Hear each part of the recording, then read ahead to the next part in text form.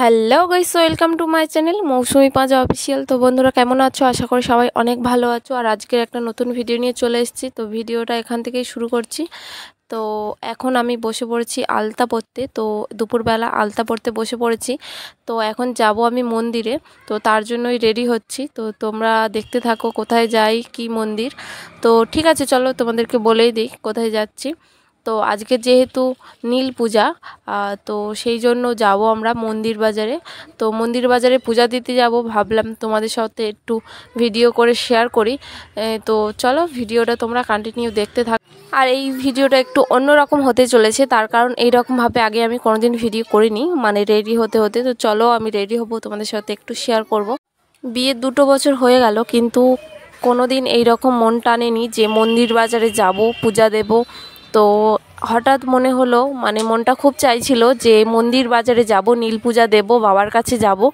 তো মনটা খুব চাইছিল, তো তার জন্য একদম রেডি শেডি হয়ে এখন চলে যাব মন্দির বাজারে। তো তার জন্য রেডি হচ্ছিলাম। অ্যাকচুয়ালি বিয়ের আগে এই দিনগুলো যেই, মানে 5টা দিন যে কত আনন্দ করতাম, সেটা আর মানে বলে বোঝানো যাবে না। এই মানে সন্ন্যাসী হওয়া, তারপরে ঝাঁপে যাওয়া, নীলের বাতি দেওয়া, আগুন ঝাঁপ, সন্ন্যাসী খুলতে যাওয়া, মানে খুব খুব স্মরণীয় 5টা দিন। তো সেই দিনগুলো সত্যি খুব মিস করছি। কিন্তু তারপরেও শ্বশুরবাড়িতে থেকেও একটা দিন যে যেতে পেরেছি, এটাই অনেক বড় একটা পাওয়া। তো যাই হোক, এখানে তো হালকা ফালকা আমি মেকআপ করে নিয়েছিলাম। মেকআপ বলতে কিছুই নয়, ফেস পাউডার আর একটু ব্লাশ আর হাইলাইটার দিয়ে আমি চলে গেলাম মন্দিরে। তো এখন ভাবছিলাম যে চুলটা আমি খুলে রাখবো না চুলটা বেঁধে নেব। তো যেহেতু প্রচণ্ড গরম বাইরে, আর প্রচণ্ড গরম, আর এদিকে প্রচণ্ড ভিড়ও হবে, তো সবটা তোমাদের সাথে একটু শেয়ার করব। আর তার জন্য একটু আগে আগেই বেরিয়ে যাচ্ছি, যাতে না আমাদের সন্ধ্যের মুখে গিয়ে পড়ি। তো তার জন্য আমি এখানে প্রায় মানে 4টে বাজে আমি রেডি হচ্ছি। তো ওখানে যেতে যেতে 5টা বাজবে।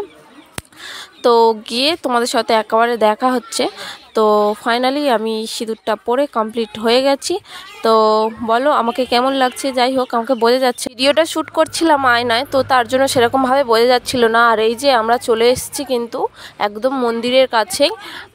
তো ভিডিও করা হয়নি, মাঝখানে ক্লিপগুলো নেওয়া হয়নি। তো যাই হোক, একেবারে ডাইরেক্ট চলে এসেছি মন্দিরে। তো চলো আর কিছু বলবো না, তোমরা ভিডিওটা কন্টিনিউ দেখতে থাকো। আর হ্যাঁ, একটা কথা বলে দিই, আমরা কিন্তু সেরকমভাবে মন্দিরের ভেতরে ঢুকতে পারিনি, কিন্তু প্রচণ্ড ভিড়। আজকে ঢুকতে দেয় না, এখন থেকে সকাল থেকে গেলে তোমাদেরকে ঢুকতে দেবে, কিন্তু দুপুরের পরে থেকে আর ঢুকতে দেবে না। তার কারণ প্রচণ্ড ভিড় হয়ে যায়। কত মানুষকে ঢুকতে দেবে? যারা গণ্ডি দেয় একমাত্র তাদেরকেই ঢুকতে দেয়। তো চলো ভিডিওটা তোমরা কন্টিনিউ দেখতে থাকো।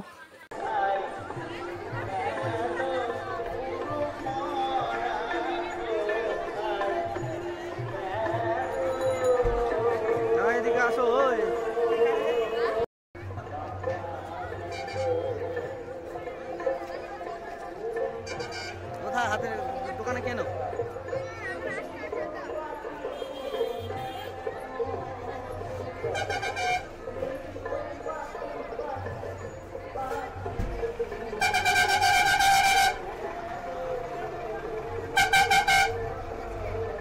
এটা সরিষা যাচ্ছে।